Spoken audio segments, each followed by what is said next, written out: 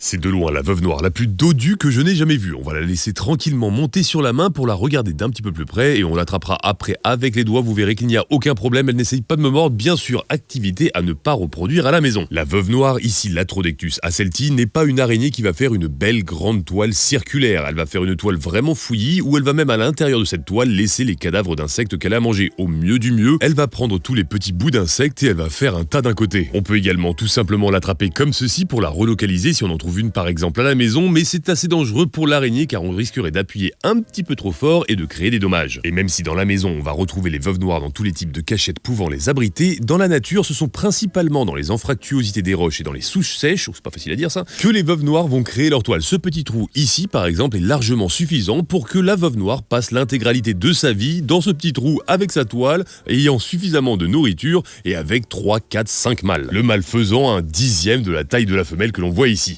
J'espère vous avoir appris quelque chose, on va quand même faire un petit boop. En attendant, abonnez-vous. Ciao, bisous et boop.